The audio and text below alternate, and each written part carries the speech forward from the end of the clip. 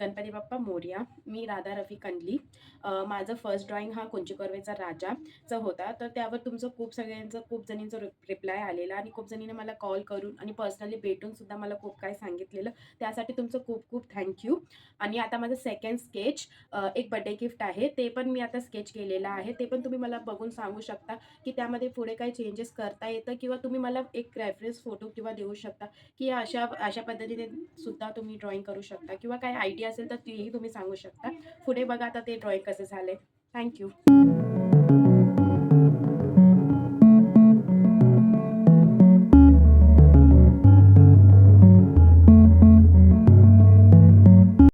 ड्रॉइंगची सुरुवात डोळ्यापासून करणार आहे. आधी डोळ्याचे आउटलाईन काढते, बघू शकता तुम्ही.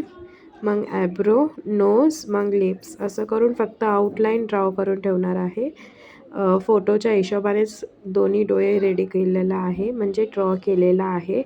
फक्त आउटलाईन आणि नॉर्मल ते पेन्सिलने डार्क केलेलं आहे, अजून काय नाही. डोळे ड्रॉ करताना नेहमी म्हणजे जसं फोटो असेल तसंच आधी सिम्पल आउटलाईन ड्रॉ करून घ्यायची. पूर्ण शेडिंग करायची नाही, फक्त सिम्पल. नंतर आपण शेडिंग करताना त्याला प्रॉपर शेप द्यायचं. फक्त ते दिसण्यापुरतीच आधी फक्त शेडिंग करून ठेवायची. डोळ्याचे, नोज, लिप्स सगळ्यांचे सेमच. कारण फक्त आपण आउटलाईन ड्रॉ करतो. नंतर शेडिंग करताना आपल्याला मग ते पूर्ण प्रॉपर त्याची फिनिशिंग करता येतं. आउटलाईनमध्ये पूर्ण असं डार्क आपण काहीतरी केलं, मग ते पुढे ते डार्क केलं की त्याला लाईट करण्यामध्ये प्रॉब्लेम येतं. म्हणून नेहमी आउटलाईन लाईट पेन्सिलने आणि लाईट एकदम ड्रॉ करायचं. तुम्ही बघू शकता मी एकदम लाईटच केलेला आहे, डार्क काहीच नाही आहे. नंतर मी शेडिंग करताना ते हळूहळू ड्रॉ करता करता ते डार्क करणार. बघू शकता तुम्ही. आता फेस थोडंफार आता दिसतंय आणि आता केस पण थोडेफार करते मी. फेसमध्ये मी थोडेफार चेंजेस केलेलं आहे, पण ते माझ्या हिशोबाने. कारण फोटो एकदम असं क्लिअर होता, तरी पण मी माझ्या हिशोबाने थोडेफार चेंजेस केलेलं आहे. आणि आता त्या हिशोबाने आता मी शेडिंग पण करणार आहे. बघू शकता तुम्ही. डोळ्याचे शेडिंग मी आधी HP ने ते आधी नॉर्मल शेडिंग करणार, मग ब्रशने त्याला ब्लेंडिंग करून मग फायनल शेडिंगसाठी 4Bचा नेहमी मी यूज करते. आता तुम्ही बघू शकता मी ब्रशचा यूज केलेला आहे आणि त्यानंतर 4B पेन्सिलने त्याला शेप देऊन प्रॉपर असं फिनिशिंग करते. डोळे आणि ॲब्रो दोन्ही सोबत करते, कारण डोळ्याच्या हिशोबाने ते ॲब्रो ऑटोमॅटिक करता येतं. डोळे वेगळे आणि हे ॲब्रो वेगळे, मग ते नंतर जरा कंपॅरिझन करणं जरा अवघड आहे. थोडं मी म्हणजे माझ्या हिशोबाने करते, तुम्ही सोबत करू शकता किंवा वेगवेगळेही करू शकता. आणि आता पुढे मी नोज आणि फेस शेडिंग पण साईडला करते, कारण नोजच्या हिशोबानेच करते. बघू आता कसं फिनिशिंग होतं फेस.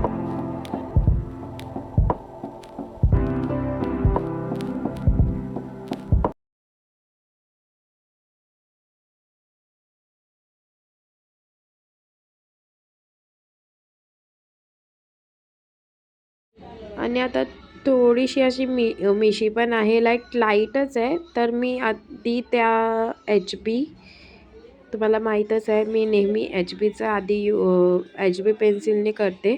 मग त्याला हलकंसं एकदम मिशीच्या हिशोबानेच ते ब्रश ब्लेडिंग केलेला आहे. तुम्ही बघू शकता.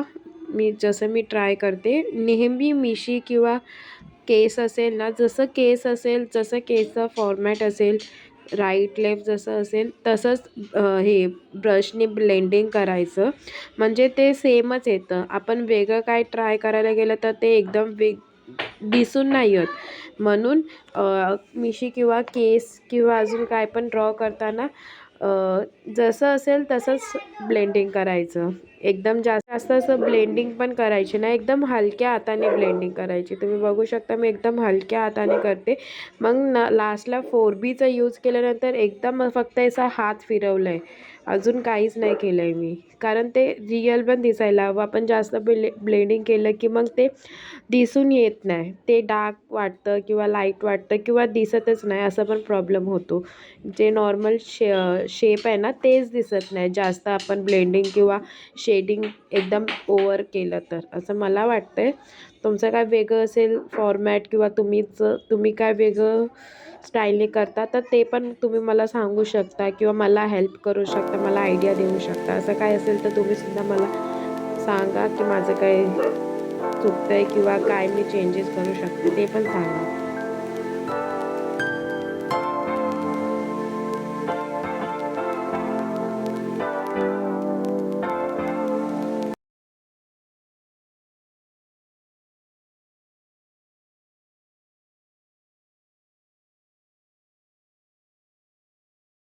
हळूहळू आता केस मी ड्रॉ करते, तुम्ही बघू शकता. आधी मी एकदम HB पेन्सिलने पूर्ण ते ड्रॉ केलेला आहे, लाईक आधी HB.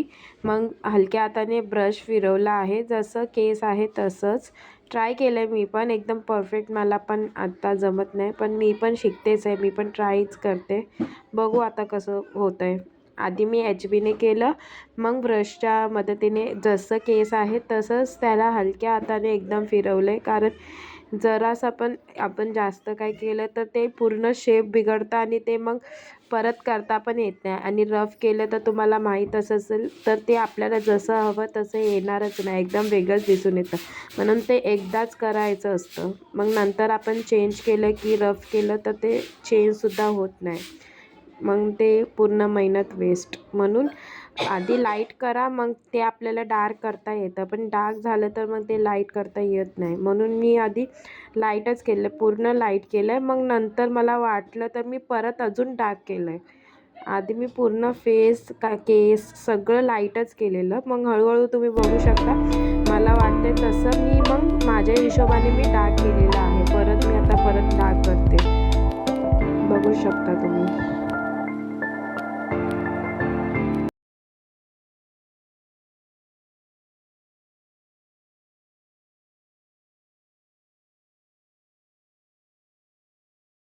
मी आधी लाईट केलं कारण मला एकदम प्रॉपर असं दिसत नाही एकदम मी फिनिशिंग केली तर, म्हणून मी आधी एकदम हलक्या हाताने आणि एकदम लाईट पूर्ण फेस रेडी केलं.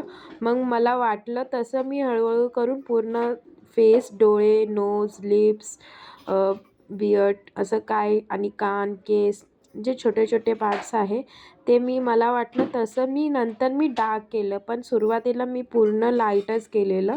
म्हणजे HB4B पेन्सिलचा यूज केलेला, पण ते मी एकदम हलक्या हातानेच केलं, अजिबात मी एकदम असं ओव्हरलोड केलंच नाही. कारण मला एकदम प्रॉपर जसं मला पाहिजे तसंच हवं होतं. पण बघू आता कसं होतं आहे. मी थोडंफार चेंजेस पण केलं आहे, पण माझ्या हिशोबाने करूया, बघू आता कसं होतं आहे. मला पण फेस एकदम चांगलंच वाटतं आहे आणि मला हवं होतं तसंच आहे. फेस पण बघू शकता तुम्ही किती छान दिसतंय.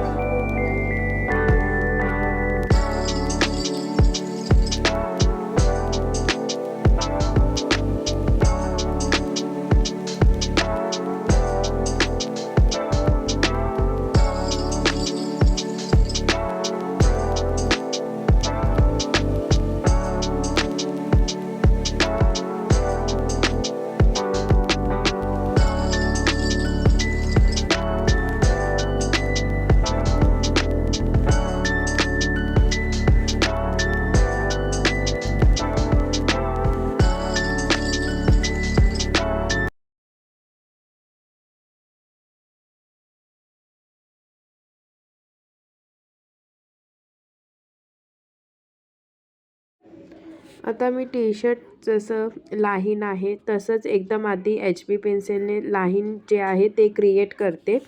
मग थोडं टेक्स्चर पण आहे ते टेक्स्ट पण सुद्धा मेन्शन करते. आधी नॉर्मल लाईन दिलेला आहे, तुम्ही बघू शकता. जसं टी शर्ट आहे त्याच्या हिशोबानेच एकदम पूर्ण टी शर्टला लाईन दिलेला आहे, जसं फोटोत आहे तसंच एकदम प्रॉपर. हळूहळू करून मी पण कंप्लीट करते, पण बघू कसं फायनल लुक येतं आहे. आधी मी HB पेन्सिलचाच यूज केलेला आहे लाईनसाठी सुद्धा. पूर्ण टी शर्ट जे शेडिंग आहे किंवा लाईन्स आहे किंवा जे नॉर्मल टेक्स्ट मेन्शन केलेलं आहे ते सुद्धा मी पूर्ण HB पेन्सिलनेच कवर करते. मग ते ब्रशने पूर्ण ब्लेंडिंग करून मग नंतर फिनिशिंगसाठी 4Bचं यूज करते, पण ते पण एकदम हलक्या हाताने, कारण ओव्हरलोड केलं तर ते डार्क होतं जास्त. पण डार्क झालं की मग ते तुम्हाला माहीतच असेल मग काय काय इश्यू येतात म्हणून.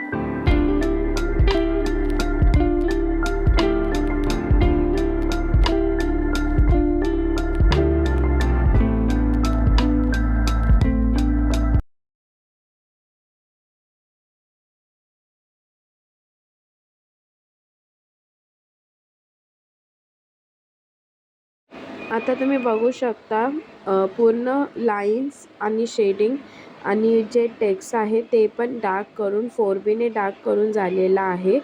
तुम्ही बघू शकता हळूहळू करून पूर्ण टी शर्ट शेडिंग लाईन्स सगळे एकदम प्रॉपर आता दिसतच आहे. जसं फोटोमध्ये आहे त्या हिशोबानेच केलेला आहे.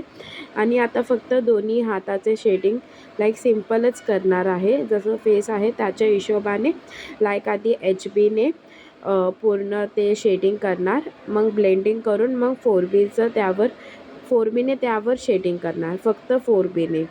त्यावर अजून दुसरं कोणत्याही पेन्सिलचं किंवा त्यावर अजून कोणतंही दुसरं शेडिंग करणार नाही. फक्त 4Bने शेडिंग करून मग ते ब्लेंडिंग एकदम हलक्या हाताने ब्लेंडिंग करून झालं. त्यानंतर अजून दुसरं कोणतेही शेडिंग मी करणार नाही. लास्ट फायनल लुक हा नेहमी माझा 4Bनेच असतो नेहमी.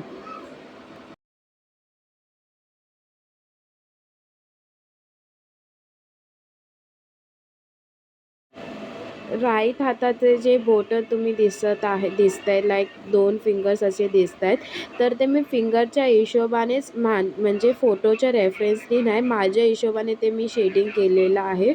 फोटोमध्ये वेगळं होतं पण मी तरी थोडं चेंजेस करून माझ्या हिशोबाने ते फिंगर्स शेडिंग केलेलं आहे.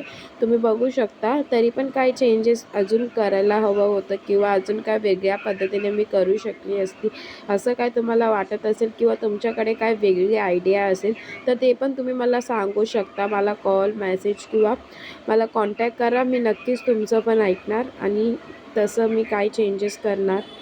आता तर मी ट्रायसाठी आता मी शिकते. एकदम मला परफेक्ट मला पण येत नाही. मी फक्त आता शिकते.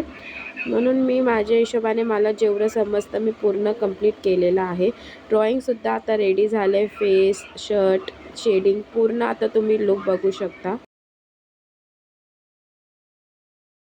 थँक्यू माझं तुम्ही ड्रॉइंग व्हिडिओ पूर्ण बघितल्याबद्दल. आता तुम्ही पूर्ण बघितलं असेल तर तुम्हाला कळलं असेल की याच्यामध्ये स्टार्टिंग टू एंड किती मेहनत असतं. एक स्टेपला आपण विचार करावा लागतं की कसं करायचं, लाईट करायचं, डार्क करायचं, खूप मेहनती असतात. आणि ड्रॉइंग तर इझिली अजिबात होऊ शकत नाही. त्याच्यामध्ये खूप मेहनत लागते आणि खूप विचार करावा लागतं कसं काय करायचं. तर तुम्हाला सुद्धा असं ड्रॉइंग हवं असेल किंवा तुम्ही काय रेफरन्स फोटो मला सजेस्ट करू शकता तर तेही तुम्ही मला प्लीज सजेस्ट करा आणि आयडियाज द्या आणि खूप सारे कमेंट्स, कॉल आणि मला सांगा की माझं बरोबर आहे की नाही, मी बरोबर करते की नाही. कारण मी पण आता शिकतेच आहे. मला पण अजून परफेक्ट काही येत नाही. फक्त मी ट्राय करते आणि मला जसं जमतं, मला जसं कळतं तसंच मी करते.